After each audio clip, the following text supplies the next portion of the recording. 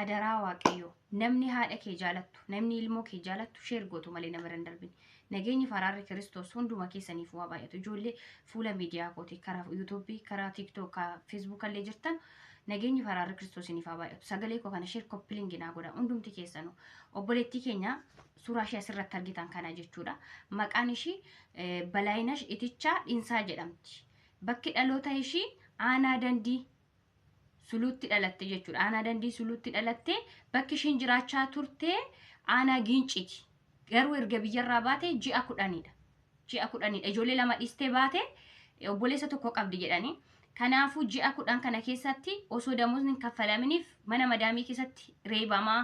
si'a lama kan birootti deebanis biroon sin beeknu jedhanii shuma faana deebisanii turani mana san keessatti si qalla jedhanii utuu isaan sodaachisanuu mana sana keessaa baatee badde erga mana san keessaa baatee baddeeti yeroo alatti ba'ee qoonqonis na ajjeeste ala jira nama wayiirutu kanayyuu intarneetii saarra naa kenne ambaambichi na biraa deemaa jira waan ta'eef waan isinitti badhuun hin qabu nagaa ta'ettee yeroo sana tokkicha nutti dubbatte ijoolleen durbiin ishii kan na dubbisanii nurraa cufattee ergasii as buute achi buute ishii duuteef jiraattuu ishii adda baasnee hin beeknu adaraa waaqayyo footoo ishii akkuma asirratti argitan namni haadha qabdan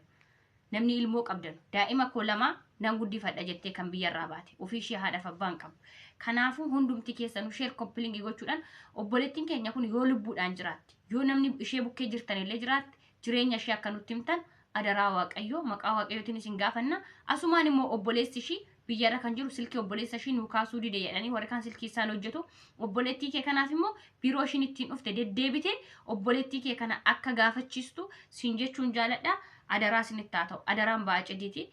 kan keenya makaraan baay'ateera dhiphuun baay'ateera betelee immoo ijoolleen asirratti biyya Saawudii dhufa jettanii na gaafattanu ani marsi isinii kennuun barbaadu jechuudha garuu ergan dhufee ji'a tokko ergan dhufee ji'a lama rakkoo keessan jira na gargaari jettanii namni tokko bilbila koorratti hin bilbilina miknaatum gaafa biyyarraa baatanu nu mari'attanii miti kan baatan nuyi kan asirraa hiyyinu otoo nutti tolee otoo bakka mijataa ta'e hojjettanii of jijjiirtan nutti tolaa jechuudha namni hojjetee hojjijjiirame miti kan namatti tolu ijoolleen baay'een keessan koomentii jalatti biyya Saawudii dhufuufanii proogiraamii raawwadhe paaspoortii xumuradhe koottu du'uu barbaannaan koottu jireenya barbaadu taanaan koottu namni sin dhoowwu hin jiru dhufuun barbaada jettanii warri keessan na dubbistanii na caqaca du'uu barbaada taanaan koottu namni hunduu du'aa jira ijoolleen keenya gadi darbatamtee du'aa jirti qoricha nyaata isaanitti nam'ee du'aa jiru bishaan isaanitti qorichi nam'ee du'aa jiru daffaramaa jiru gatamaa jiru qalamaa jiru koottu qalamuu barbaaddaa koottu du'uu barbaaddaa koottu maatiin koo na dhoowwaa jiru dhufuun barbaada warri naan jettan koottaa du'a maatiin keessan isin dirii nyaatu isin tagalaagaltu inaan rafattu jechuudha gaafa dhuftanii argitan ani kana caala waan isiniin jedhu